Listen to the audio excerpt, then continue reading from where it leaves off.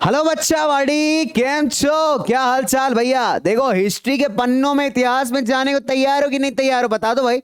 अरे क्या है, देखो एक तो ना मतलब मेरे को इतना इंतजार रहता है मेरे जुनूनियंस का, क्योंकि जिस जुनून के साथ तुम मुझे कमेंट सेक्शन पे जवाब देते हो ना, मतलब ऑनेस्टली बता रहा हूँ यार, दिल जीत लेते हो भाई। मतलब जिस जुनून के साथ तुम मुझे कमेंट सेक्शन पे इतना डिटेल्ड में आंसर देते हो, आई वाज लिटरली अमेज्ड यार। क्वेश्चन ऑफ द डे का जो आंसर आपने दिया था लास्ट टाइम ना, डिक्लाइन ऑफ मुगल पावर्स, मतलब बच्चों ने इतना अच्छा एक्सप्लेन करके दिया भाई।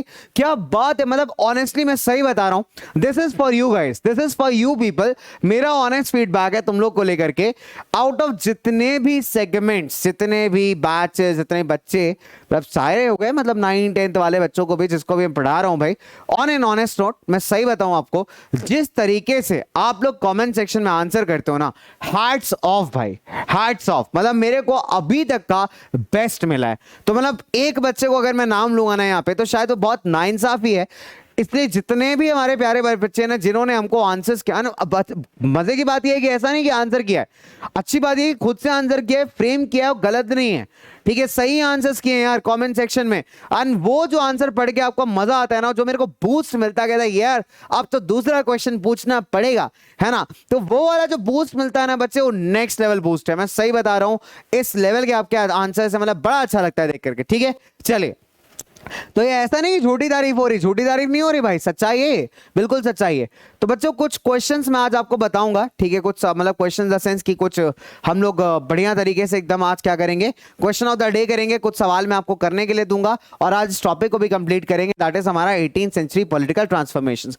तो अभी तक लास्ट क्लास में हमने क्या देखा था? लास्ट क्लास में हमने देखा था बच्चों कि we talked about the rise of independent states. ठीक है, आज उन सारे के सारे इंडिपेंडेंट स्टेट्स के बारे में हम लोग इन डिटेल पढ़ेंगे, जानेंगे हम सिख समाज के बारे में, मराठाओं के बारे में, जाट्स के बारे में, और कुछ सवाल करूंगा मैं आपसे टुवर्ड्स द लास्ट, जिसके क्वेश्चन में आप आंसर्स, जिसके आंसर्स जो है बच्चों आप यहां पे दे सकते हैं। ठीक है, चलिए आगे बात करते हैं बच्चों। So let's talk about the पुराने मुगल प्रोविंसेस, पुराने जमाने के जो हमारे मुगल प्रोविंसेस थे। अरे भैया पेन नहीं चूज किए क्या?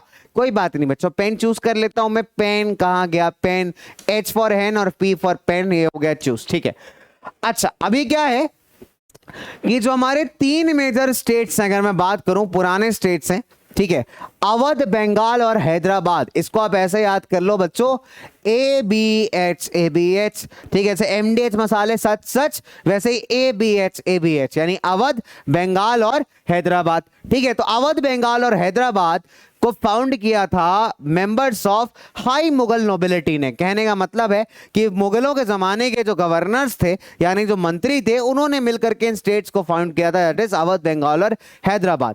जैसे अगर हम बात करें, अवध में सादत खान बुरानुल मुल्क ने फाउंड किया था, मुर्शीद कुली खान जो थे उन्होंने बंगाल को फाउंड आउट किया था, और आसफ जहां ने फाउंड किया था आपके हैदराबाद को। राइट, अगर आप देखिए बच्चों, ये तीनों के तीनों मुगल एडमिनिस्ट्रेशन में मनसबदार थे, यानी अपने इलाके के समझ लीजिए एक तरीके से गवर्नर्स हो गए। ठीक, और साथ ही साथ ये मुगल बादशाह के भरोसेमंद लोग भी थे। तो अगर हम देखें, आसफ जहां और मुर्शीद कुली खान का जो जात रैंक के बच्चे करीब 7000 ईच का था। अगर सादत खान की जात की बात करें तो ये था 6000। तो अगर हम मुगल जमाने की बात करते हैं, मुगल एम्परर्स थी, तो मुगल एडमिनिस्ट्रेशन में जो जात होती थी आपकी, वो आपका रैंक बताती थी, आपका इंपॉर्टेंस बताती थी एडमिनिस्ट्रेशन के अंदर। तो जितना ज्यादा आपका जात होगा, उतना ही ज्यादा आपका एडमिनिस्ट्रेशन के अंदर होल्ड होगा, उतनी ही ज्यादा आपकी रैंक होगी। ठीक है, तो अगर आप देखें, आसफ जहां मुर्शीद कुली खान की 7000 थी, सादत खान की 6000 थी, यानी किंग के, एम्परर के, बादशाह के बहुत ही प्यारे प्यारे, जाने माने, पहचाने वाले लोग थे, और ट्रस्टेड लोग थे, जिन्होंने आगे चल करके ABH फाउंड किया, यानी अवध, बंगाल और हैदराबाद। फिर अगर हम आगे बात करें, थोड़ा सा बात करेंगे हम हैदराबाद के स्टेट की। Right, will talk about the state of Hyderabad. इसके फाउंडर कौन है, फटाफट से लिख लेते हैं। Let's talk about the founder of Hyderabad. तो हमने अभी पढ़ा फाउंडर कौन थे, इसके फाउंडर हैं आपके निजामुल मुल्क आसफ जहां। ठीक है,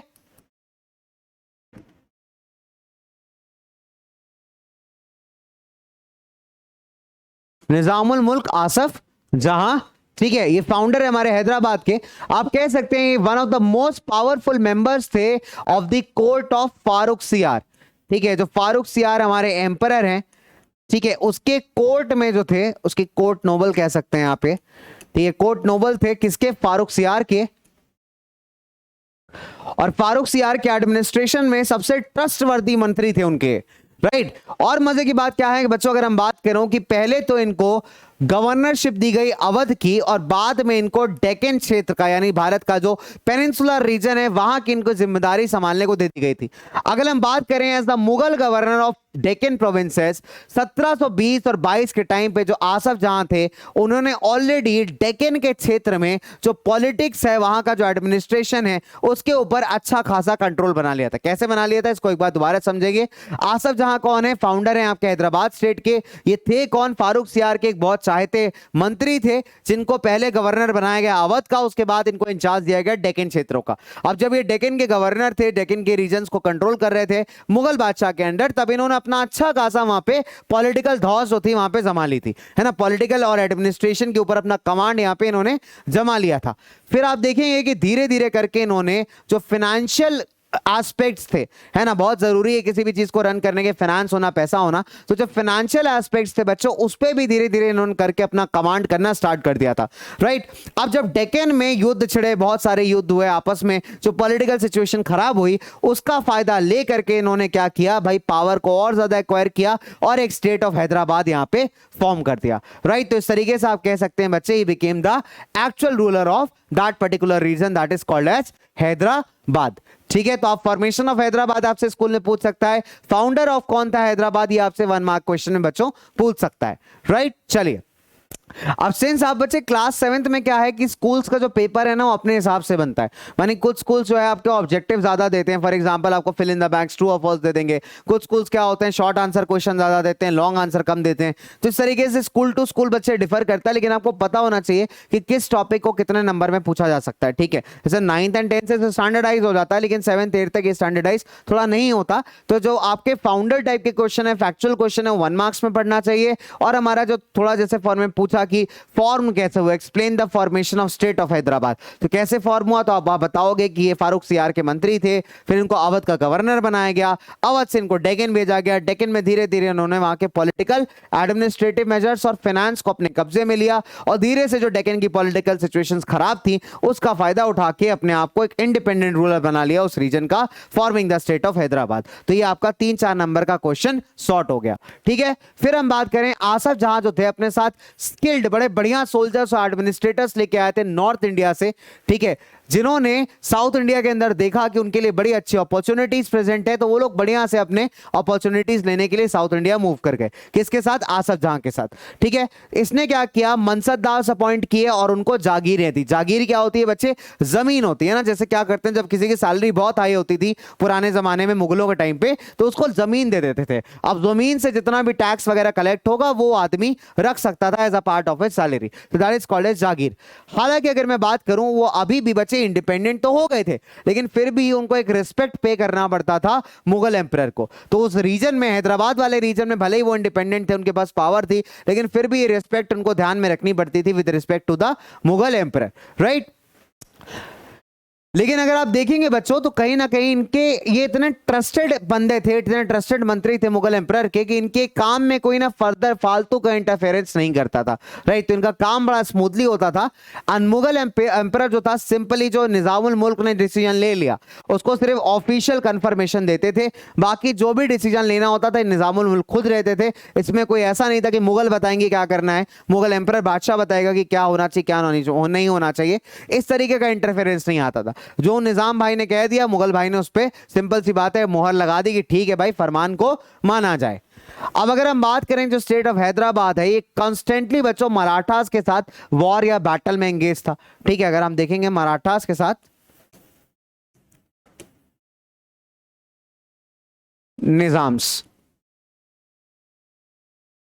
अगर आपने बाजीराव मस्तानी मूवी देखी है, तो उसमें एक सीन आता है जब हमारे बालाजी बाजीराव जो है निजाम के टेंट में जाते हैं, और निजाम जो है उनको धमकाने की कोशिश करते हैं। तो बाजीराव बताते हैं, बेटा हमको धमकाना नहीं, हम तुम्हारी बैंड बजा देंगे यहीं पे। याद आया वाला सीन बाजीराव मस्तानी का? तो आपको वहां से पता चल सकता है बच्चे की जो हमारे निजाम्स थे हैदराबाद के, उनके बीच में, मराठाओं के बीच में जो था, काफी ज्यादा टसल चलता रहता था। और अगर हम बात करें इसके अलावा, एक और तेलुगु तेलुगु वॉरियर चीफ्स होते हैं, तेलुगु बच्चे, तेलुगु के अंदर भी अगर हम देखें वॉरियर ट्राइब्स थे, उनको हम नायक कहते हैं, ठीक है। तो उनके साथ भी कहीं ना कहीं इनका कॉन्फ्लिक्ट चला करता था, ठीक है। अब निजामुल मुल्क आसपास सब जहां का एम्बिशन क्या था कि वो जितना भी टेक्सटाइल प्रोड्यूसिंग एरिया है, कपड़ा प्रोड्यूसिंग एरिया है कोरोमंडल के एरिया का, कोरोमंडल कोस्ट का, भारत के ईस्टर्न कोस्ट का, उस पर अपना कब्जा जमा ले, राइट। अब बहुत सिंपल सी बात है बच्चों की कहीं ना कहीं अगर आप देखेंगे तो जो हमारे ब्रिटिशर्स हैं वो धीरे धीरे कॉन्स्टेंटली पावरफुल होते जा रहे थे, तो निजाम चाहते थे कि उनके हाथ में पावर ना जाए, ब्रिटिशर्स के हाथ में पावर ना जाए, और ये वो जो रिच टेक्सटाइल प्रोड्यूसिंग एरिया है, कपड़ा प्रोड्यूसिंग एरिया है, उस पर अपना कब्जा जो है बच्चों ये जमा लें, राइट। तो इस तरीके के इनके एम्बिशंस थे। चलो क्वेश्चन है यहां पे आपके लिए,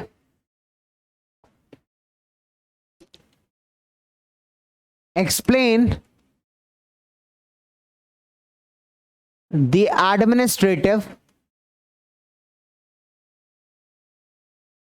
measures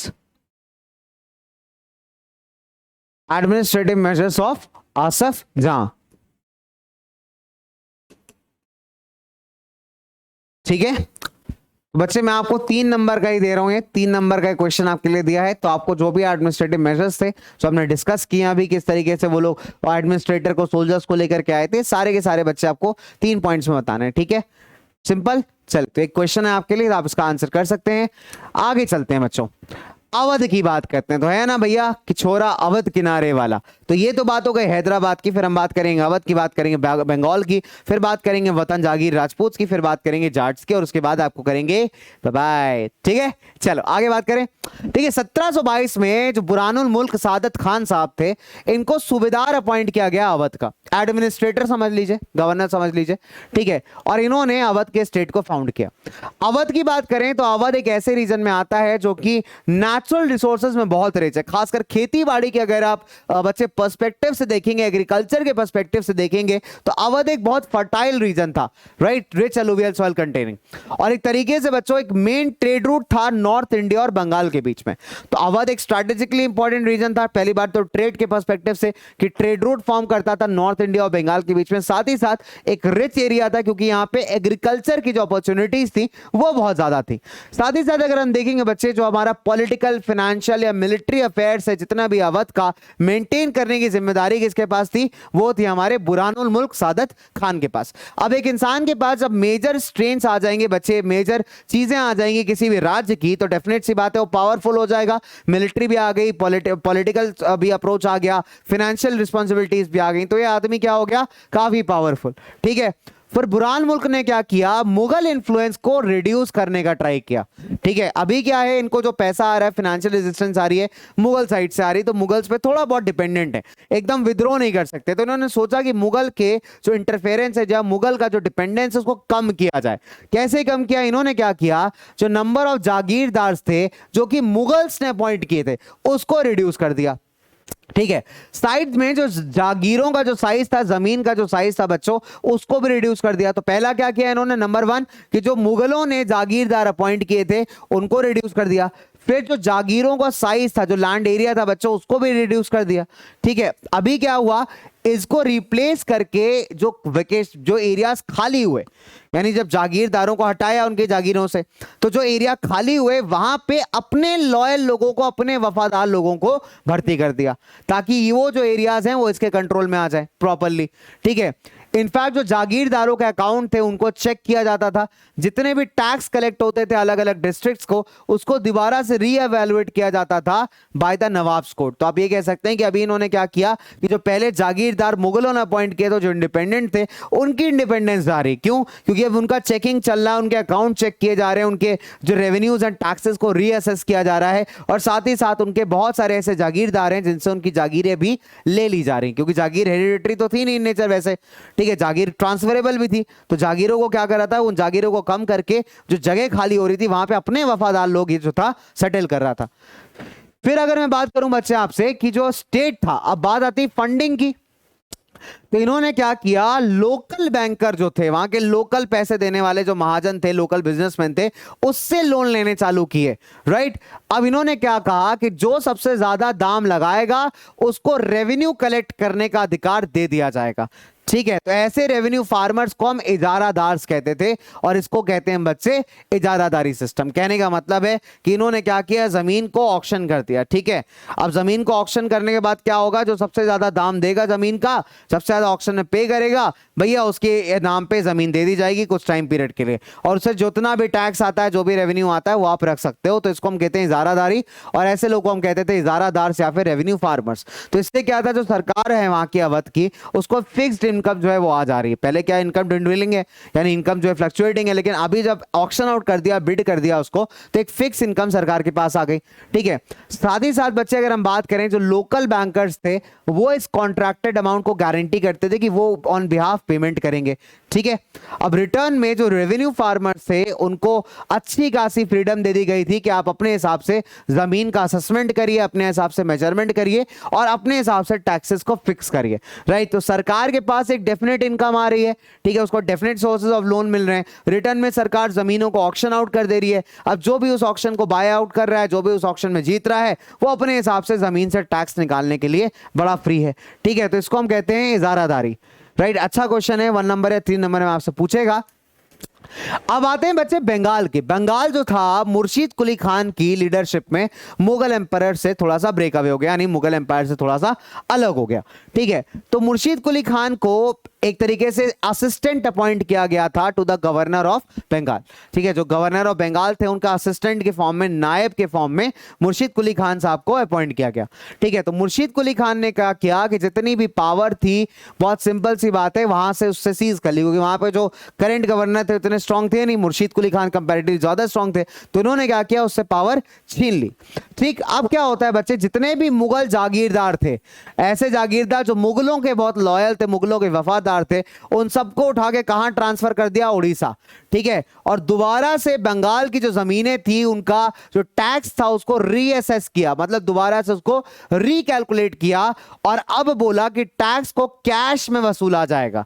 ठीक है, और वो भी सारे जमींदारों के साथ स्ट्रिक्टनेस के साथ जो है कैश में जो है यहाँ पे टैक्सेस को वसूला जाएगा, रेवेन्यू को वसूला जाएगा, इसमें कोई ढिलाई नहीं होगी। तो एक तरीके से इन्होंने वक्त और जज्बात बंगाल के सब बदल दिए। आप ये कह सकते हो जब फाइनेंशियल एडमिनिस्ट्रेशन इनके हाथ में आ गया, मुर्शीद कुली खान के हाथ में, तो कंपैरेटिवली काफी पावरफुल हो गए। राइट, अगर हम बात करें बच्चे, जो फॉर्मेशंस हुए आपके रीजनल स्टेट्स के बंगाल के, therefore led to a great amount of changes among the zamindars. अब अगर हम बात करें जो स्टेट सरकार और बैंकर के बीच में आप कह सकते हैं एक जो स्ट्रॉन्ग कनेक्शन बन गया था बच्चों, वो बड़ा ही आप कह सकते हैं बच्चे आराम से दिखता है in during the rule of Ali वर्दी खान। ठीक है, तो यहाँ पे बंगाल में 3 मेजर नवाब हुए हैं, 3 मेजर लोग हुए हैं। पहले हैं मुर्शीद कुली खान, तीसरे हैं अली वर्दी खान, और उसके बाद दूसरे हैं अली वर्दी खान, और तीसरे हैं सिराजुद्दौला। ठीक है, तो 3 मेजर नवाब हुए हैं जिनके अंदर बंगाल बहुत स्ट्रॉन्ग पावर था।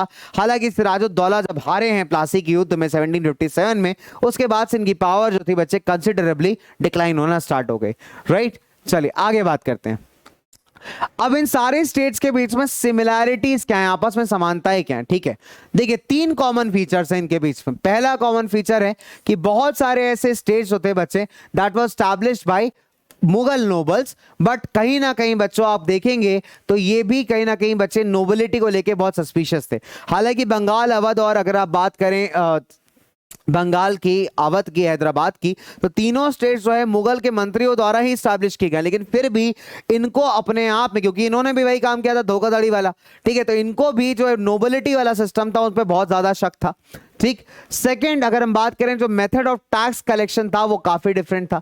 अगर हम खासकर बात करें जो इजारादारी का सिस्टम था, रेवेन्यू फार्मिंग का सिस्टम था, वो बड़ी तेजी से स्प्रेड करता है भारत में 18 शताब्दी में, 18 सेंचुरी में।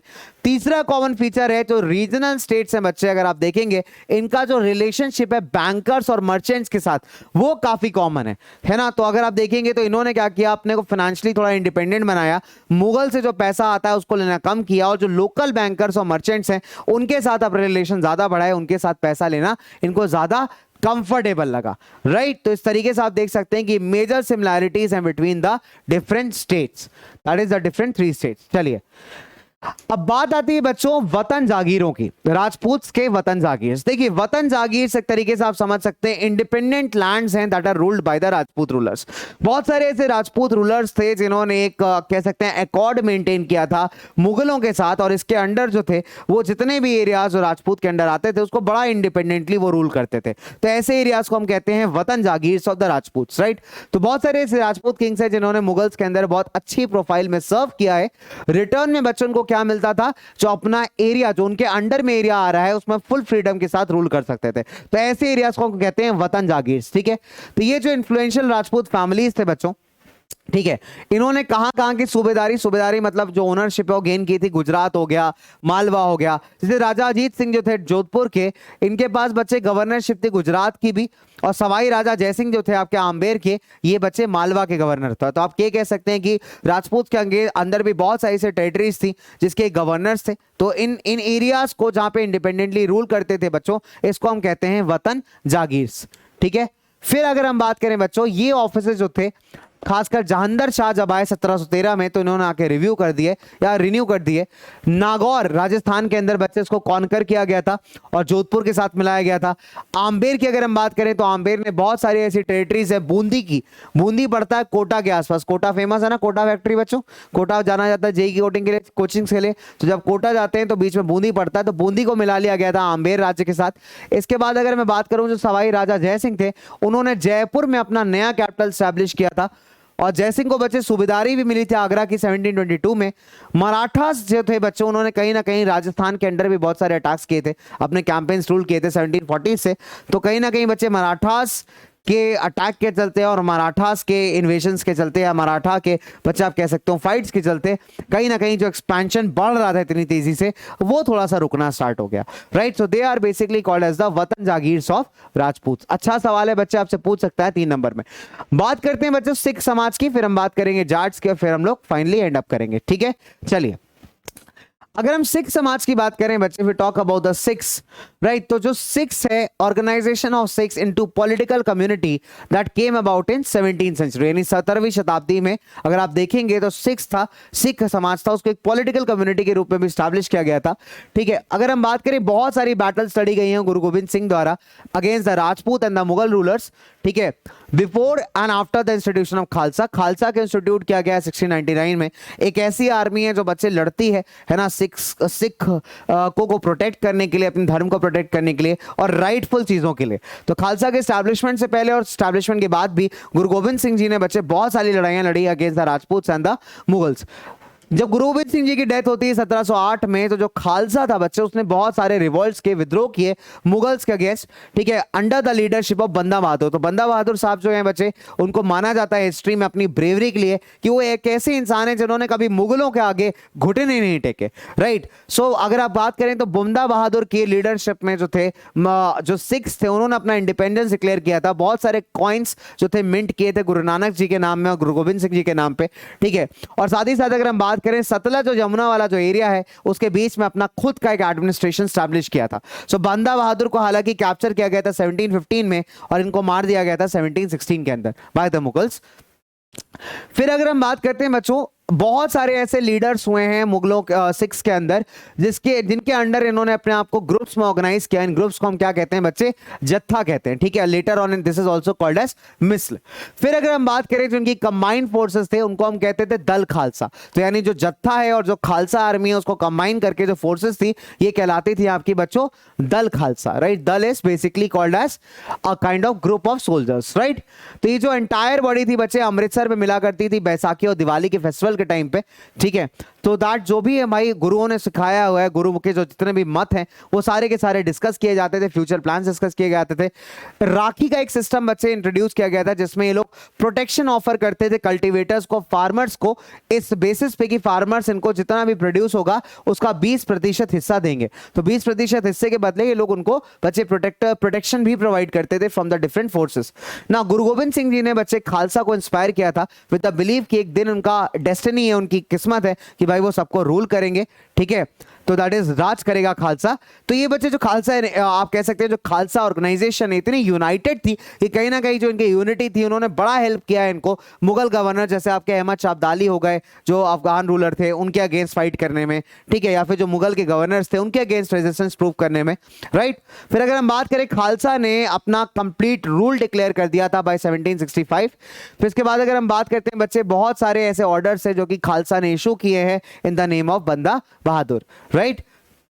हालांकि सिख टेरिटरीज को अगर हम बात करें लेटर 18 सेंचुरी में एक्सटेंड करती हैं आपके इंदस नदी से लेकर के जमुना नदी तक।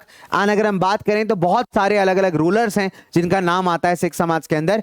अगर हम बात करते हैं बच्चे एक ऐसे रूलर की जिनके चलते कभी भी महाराजा रंजीत सिंह की अगर हम बात करते हैं बच्चों तो महाराजा रंजीत सिंह एक ऐसे रूलर थे सिख समाज के जब तक जिंदा थे तब तक ब्रिटिशर्स तक की हिम्मत नहीं हुई थी कि पंजाब को ऑक्यूपाई कर लें। जब राजा रंजीत सिंह की डेथ हुई थी ना बच्चे महाराजा रंजीत सिंह की, उसके बाद ब्रिटिशर्स जाके पंजाब को एनेक्स कर पाए थे, उससे पहले ब्रिटिशर्स भी पंजाब को एनेक्स नहीं कर पाए थे, राइट। चलिए तो महाराजा रंजीत सिंह ने अपना कैपिटल स्टैब्लिश किया था बच्चों लाहौर में बैक इन 1799 एंड अराउंड 1839 के आसपास इनकी डेथ हुई थी। तो एक्सप्लेन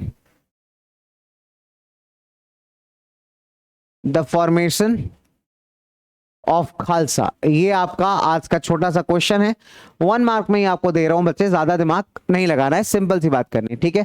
चलिए आगे बात करते हैं बच्चों, लेट्स मूव फर्दर। काफी सारे हो गए, चलो let's talk about the Maratha kingdoms. ठीक है, let's talk about the Maratha kingdoms बच्चों।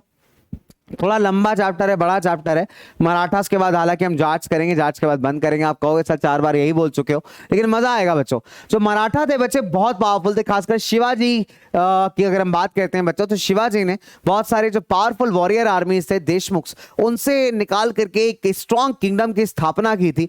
अगर हम बात करें जो बच्चे बहुत सारे जो पेजेंट्स थे, फार्मर थे, जो पेस्टोलिस्ट थे, वो मराठा आर्मी का बैकबोन थे। शिवाजी की डेथ के बाद अगर हम बात करते हैं बच्चों तो कहीं ना कहीं जो चित्पावन ब्राह्मण थे, जो चित्पावन ब्राह्मण है, उन्होंने काफी डोमिनेट किया है मराठास के अंदर, मराठा एडमिनिस्ट्रेशन के अंदर, और एक स्ट्रॉन्ग फोर्स बनाई है। शिवाजी के जो सक्सेसर्स हैं इनको आप पेशवा कहते हो या प्राइम मिनिस्टर कहते हो बच्चों, ठीक है। तो वो मेजर लोग थे जिन्होंने मराठा एडमिनिस्ट्रेशन को जो आगे लेके गए, मराठा एडमिनिस्ट्रेशन को जितना पावरफुल बनाया। पूना जो था बच्चे मराठा किंगडम का कैपिटल बन के सामने उभरा, 1 मार्क का अच्छा क्वेश्चन है। पेशवास के अंदर जो मराठास थे उन्होंने बड़ा सक्सेसफुल मिलिट्री ऑर्गेनाइजेशन डेवलप किया था, ठीक है। 1720 से 1761 के बीच में जो मराठा एम्पायर था बस ड्रास्टिकली एक्सपैंड हुआ है बच्चों। मालवा एंड गुजरात को कैप्चर कर लिया गया फ्रॉम द राजपूत और द मुगल्स, ठीक है। पहले मुगल्स के थ्रू कैप्चर किया गया था, later on it passed on to the Rajput areas. Now 1730 में अगर हम बात करें जो मराठा किंग थे उनको रिकॉग्नाइज किया गया था as the overlord of the entire Deccan, यानी कहने का मतलब है कि जो मराठा रूलर थे उनको माना गया था कि भाई पूरे डेक्कन पेनिनसुला के जो महाराजा धीराज हैं, जो इकलौते सम्राट हैं, वो हमारे मराठा हैं, राइट। अगर हम बात करें तो इनके पास पूरा अधिकार था 2 तरीके के टैक्सेस को इंपोज करने का, एक है सरदेश और दूसरा है आपका सरदेश मुखी और दूसरा है आपका चौथ। 1739 में अगर हम बात करें दिल्ली को मराठास ने कॉन्कर किया और काफी कंसिडरेबल अमाउंट ऑफ हिस्सों को बच्चे कैप्चर भी कर लिया था। उसके बाद ये राजस्थान की तरफ बढ़े, पंजाब की तरफ बढ़े, बंगाल, उड़ीसा, और अगर हम बात करें even Karnataka and Tamil and Telugu areas तक में भी बच्चों जो है, कंट्रीज का यहाँ पे मतलब स्टेट्स है बच्चों, बहुत सिंपल सी बात रखिए, ठीक है। तो जो आपके तमिल एंड तेलुगु एरियाज में वहां तक भी मराठा कैंपेन जो है बच्चों एक्सटेंड की थी। फिर अगर हम बात करें कि जब इन्होंने देश को अपने एक्सपैंड किया, मराठा प्रदेश को एक्सपैंड किया, अपने एम्पायर को एक्सपैंड किया, तो जितने एरियाज को कैप्चर किया वहां के रिसोर्सेज भी इनके पास आ गए। साथ ही साथ अगर हम बात करें जो मिलिट्री कैंपेन्स थी, इन्होंने एक चीज नेगेटिव की, वो ये थी कि भाई मराठास के अगेंस्ट बहुत सारे रूलर्स को कर दिया, क्योंकि बहुत सारे रूलर्स थे जिनके एरियाज को मराठास ने कैप्चर किया था। अब वो सारे के सारे रूलर्स जो थे बच्चे मराठाओं के अगेंस्ट हो गए, राइट। फिर आप देख सकते हैं एज अ रिजल्ट जब मराठास की बैटल हुई अहमद शाह अब्दाली के साथ, तीसरे बैटल ऑफ पानीपत में 1761 में, तब ऐसे राजाओं ने मराठास को सपोर्ट नहीं किया। हालांकि अगर सपोर्ट किया होता तो मराठास कभी भी थर्ड बैटल ऑफ पानीपत को नहीं हारते, ठीक है। तो मराठास अहमद शाह अब्दाली के against third battle of Panipat हारे थे और एक टर्निंग पॉइंट था मराठा हिस्ट्री के अंदर, राइट। चलिए आगे अगर हम बात करें बच्चों, मराठास ने एक बड़ा जबरदस्त एडमिनिस्ट्रेटिव सिस्टम स्टैब्लिश किया था। अगर हम रेवेन्यू की बात करें, टैक्सेस की बात करें बच्चों, so revenue demands were introduced local conditions को देख करके। ऐसा नहीं कि मतलब कुछ भी अनाज शनाज टैक्सेस लगा दिए, पहले कंडीशंस को असेस किया गया, उसके बाद टैक्सेस को डिजाइन किया गया। एग्रीकल्चर को बच्चे काफी एनकरेज किया गया, ट्रेड को एनकरेज किया गया। यहाँ पे जो मराठा कैंपेन्स थी मालवा एरिया में 1720s में, इन्होंने बच्चे कभी भी जो शहर थे उनकी प्रॉस्पेरिटी को चैलेंज नहीं किया, मतलब रूलर से फाइट किया, आर्मी से फाइट की, लेकिन शहर के जनजीवन को उसको बिल्कुल भी टच नहीं किया, उसको नहीं छेड़ा भाई। इससे क्या हुआ बच्चे, जो हमारे मराठा चीफ्स है, जो मराठा सरदार है अलग अलग, जैसे सिंधिया हो गए आपके ग्वालियर के, गायकवाड़ हो गए बड़ौदा के, भोसले हो गए नागपुर के, तो बच्चे कहीं ना कहीं इन्होंने रिसोर्सेज को मैनेज करके एक पावरफुल मराठा आर्मी को जनरेट करने में एक बहुत बड़ा कंट्रीब्यूशन दिया है। साथ ही साथ अगर हम बात करते हैं बच्चों, so this is something, Ujjain अगर फॉर एग्जांपल आप सपोज करेंगे तो सिंधियास के अगेंस्ट अंडर में जो उज्जैन थे उन्होंने काफी ज्यादा एक्सपांड किया है बच्चों। उज्जैन पड़ता है आपका एमपी वाले एरिया में। फिर अगर हम बात करें इंदौर जो है, होलकर ग्रुप, होलकर फैमिली जो थी मराठास की, उनके अंडर में इंदौर ने काफी ग्रो किया है as a city in terms of culture, in terms of development. तो बच्चे कुछ पॉजिटिव इंपैक्ट्स हैं भाई जो मराठास लेगेसी छोड़ के गए हमारे भारत के लिए। बहुत सारे ऐसे नए ट्रेड रूट्स थे जो बच्चे इमर्ज होना स्टार्ट हुए, खासकर उन एरियाज में जिनको मराठास कंट्रोल करते हैं। फॉर एग्जांपल जो चंदेरी के रीजन में, चंदेरी एमपी वाले रीजन में सिल्क प्रोड्यूस की जाती थी, अभी उसको पूना के अंदर भी एक नया आउटलेट मिल गया, ठीक है, जो मराठा कैपिटल था। फिर अगर हम बात करें बुरहानपुर, जो कि पहले आगरा और सूरत के बीच जो ट्रेड होती थी उसमें पार्टिसिपेट करता था, अभी भाई उसने जो है पूना और नागपुर तक भी अपनी ट्रेड को एक्सपांड कर लिया। तो इस तरीके से अगर आप देखेंगे लखनऊ और इलाहाबाद जो थे, यानी अभी प्रयागराज जो है इसका नाम है बच्चों, ठीक है, तो वो भी एक इंपॉर्टेंट सेंटर्स बन गए थे मराठा पीरियड में फॉर द ट्रेड। तो आप ये कह सकते हैं मराठास के टाइम पे जिन एरियाज में मराठास ने कैप्चर किया, वहां पे नई से नई ट्रेड अपॉर्चुनिटीज को भी बच्चे एक्सपांड किया, राइट। चलिए, तो दो इंपॉर्टेंट टैक्सेस हैं आपको याद रखना है। पहले तो चौथ है बच्चे, चौथ का मतलब है 25% ऑफ लैंड रेवेन्यू,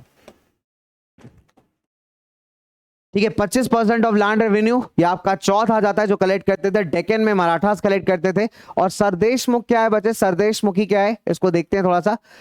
सरदेशमुखी वो टैक्स है आपका, ठीक है, सरदेशमुखी आपका वो टैक्स है जो करीब 9 से 10% लगाया जाता था, ठीक है, लैंड रेवेन्यू के अंदर। लैंड रेवेन्यू के ऊपर 9 से 10% का टैक्स है, और ये किसको पे करना पड़ता था, to the head of the revenue collector.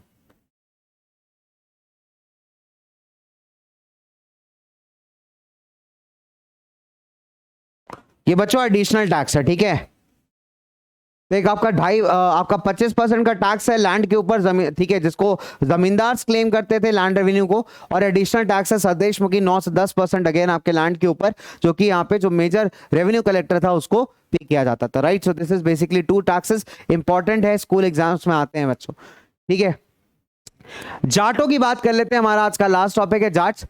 Other states की तरीके जो जाट्स से बच्चे, उन्होंने भी अपने पावर को काफी कंसोलिडेट किया during the 17th century, right. खासकर अगर इनके जो लीडर हैं चूरामन की अगर हम बात करते हैं बच्चों, तो चूरामन ने बहुत सारे ऐसे टेरिटरीज थे दिल्ली शहर के वेस्टर्न पार्ट में जो एक्वायर किए थे। अपार्ट फ्रॉम दैट अगर 1680 से बात करें तो इन्होंने बच्चे, जो बहुत सिंपल सी बात है, दिल्ली और आगरा के बीच का जो एरिया है वो कॉन्कर करना स्टार्ट करते थे, राइट। तो अगर आप देखें जाट्स को बच्चों, तो जाट्स ने दिल्ली और आगरा के बीच का जो एरिया है इसको कैप्चर करना काफी स्टार्ट किया था। और आज भी देखेंगे आप बच्चे वेस्टर्न यूपी में अगर आप आएंगे नोएडा वगैरह साइड में, तो आपको जाट्स वगैरह काफी दिख जाएंगे, ठीक है। फिर अगर हम बात करते हैं, जो जाट्स थे बच्चे जनरली रिच एग्रीकल्चरिस्ट थे, रिच फार्मर्स थे, ठीक है। और अगर पानीपत, वल्लभगढ़ हरियाणा में जो पड़ते हैं बच्चे, ऐसे एरियाज की अगर हम बात करेंगे तो इंपॉर्टेंट ट्रेडिंग सेंटर्स बन गए जिसको जाट्स डोमिनेट करते थे, ठीक है। अगर आप भी आज देखेंगे वल्लभगढ़ वाले एरिया में, पानीपत वाले एरिया में, तो आज भी बच्चे आपको जाट कम्युनिटीज बहुत फेमसली मिलेंगी। सूरजमल जो इनके फेमस राजा थे, उनके अंडर अगर आप देखेंगे तो बच्चे जो भरतपुर का एरिया था, भरतपुर अभी पड़ता है आपके राजस्थान में, बड़ा स्ट्रॉन्ग स्टेट बन के उभरा था।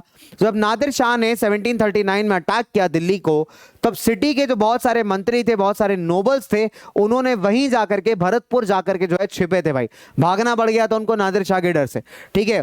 तो इनके बेटे जो थे सूरजमल के, जवाहर शाह, इन्होंने 30,000 टोप तो इनके खुद के थी, 30,000 की आर्मी इनकी खुद की थी। और इसके अलावा इन्होंने जो है 20,000 मराठा सोल्जर और 15,000 सिख सोल्जरों से भी बच्चे यहाँ पे क्या लिया था, सहायता ली थी मुगल्स के अगेंस्ट फाइट करने के लिए। तो इतना स्ट्रॉन्ग था भाई जाट किंगडम आपका। फिर अगर भरतपुर फोर्ट की बात करें बच्चों, तो भरतपुर फोर्ट को जिस तरीके से बिल्ड किया गया है एक गार्डन पैलेस के फॉर्म में, एक खूबसूरत गार्डन्स के साथ, तो वो दिखाता है भैया किस तरीके का आर्किटेक्चर जो था बच्चों, जो है हमारे जाट्स के टाइम पे एग्जिस्ट करता था। तो इन्होंने इंस्पायर हुए हैं बच्चे, जो आर्किटेक्चर आपका भरतपुर फोर्ट में मिलता है, that is inspired from Amber fort and Agra. अगर आप देखेंगे बच्चे तो बहुत सिंपल सी बात है, चैप्टर 12 बाद पढ़ेंगे। तो अगर आप देखेंगे बच्चे तो बहुत सारे ऐसे आर्किटेक्चरल स्टाइल्स हैं जो आपको फ्यूजन मिलता है हमारे इंडियन ट्रेडिशनल स्टाइल्स का और साथ ही साथ हमारे मुगल स्टाइल्स का, right. So Jats again were a very important force. फिर जाट्स की अगर हम बात करें, जो मोस्ट फेमस रूलर है, इनके मोस्ट पावरफुल रूलर है, वो थे आपके सूरजमल। That was Surajmal. तो इनके ऊपर केस स्टडी आ सकता है भाई। सूरजमल इनके सबसे पावरफुल रूलर थे, ठीक है, जिन्होंने जाट स्टेट फॉर्म किया था भरतपुर के अंदर। सो ही वाज वन पर्सन जिनके अंडर क्या कहते हैं आप जाट्स कह सकते हो बहुत ज्यादा फ्लरिश किए थे, ठीक है। अगर हम बात करें सूरजमल का जो टोटल एरिया था, टोटल पॉलिटिकल कंट्रोल था, वो कंट्रीब्यूट करता था आपके पार्ट्स ऑफ ईस्टर्न राजस्थान को, वेस्टर्न उत्तर प्रदेश हो गया, सदर्न हरियाणा हो गया, दिल्ली का एरिया हो गया। सो सूरजमल ने बहुत सारे बच्चे आपके फोर्ट्स बनवाए हैं, किले बनवाए हैं, जैसे लोहागढ़ फोर्ट है, बहुत फेमस है आज भी हरियाणा में। भरतपुर का फोर्ट है बच्चों, तो one of the strongest fort माने जाते हैं अभी through out the this thing, ठीक है। एग्जांपल फोर्ट्स के मैं एग्जांपल दे देता हूं। फोर्ट्स का एग्जांपल आपका लोहागढ़ हो गया, ठीक है, लोहागढ़ फोर्ट हो गया, भरतपुर हो गया।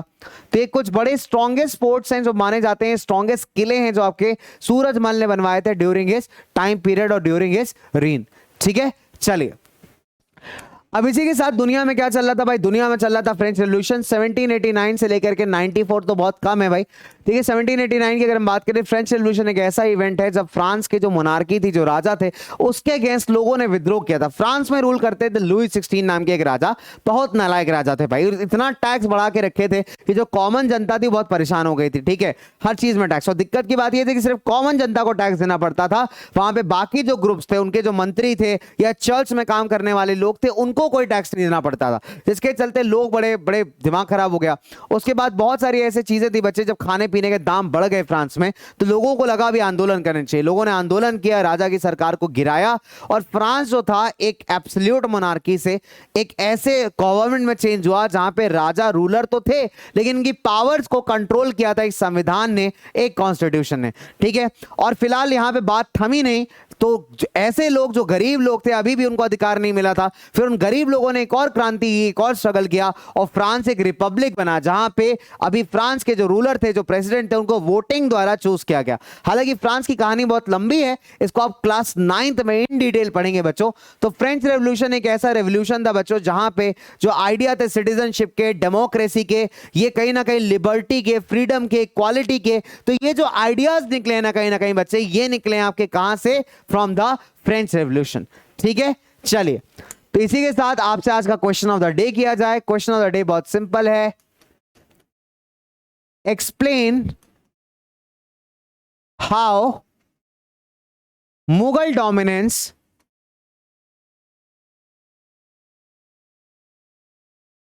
was reduced in the state of Bengal।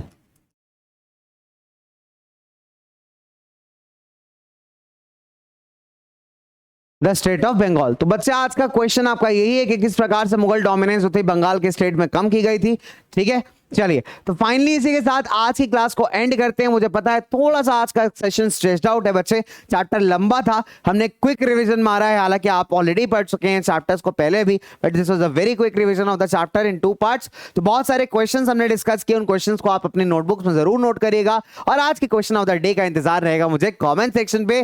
तो जुड़े रहिए, मजेदार रहिए, और सबसे इंपॉर्टेंट बात बच्चों, क्लास नोट्स कहां से डाउनलोड करोगे, इसका लिंक दिया हुआ है डिस्क्रिप्शन के अंदर, डिस्क्रिप्शन को चेक करिए, क्लास नोट्स का लिंक दिया होगा, उस लिंक पे क्लिक करिए और पीडीएफ को बिल्कुल फ्री में डाउनलोड कर सकते हैं आप, ठीक है। तो जितनी भी चीजें दी हैं मैंने, आप भूलोगे भी नहीं, सवाल भी आपके पास आ जाएंगे और नोट्स भी आपके पास आ जाएंगे, ठीक है बच्चा बाड़ी। तो इसके साथ मुलाकात होगी आपसे इन द नेक्स्ट क्लास, तब तक के लिए धन्यवाद। हंसते रहिए, मुस्कुराते रहिए और करते रहिए पढ़ाई, only with PW. Stay tune बच्चा बाड़ी, मिलते हैं आपसे नेक्स्ट क्लास में।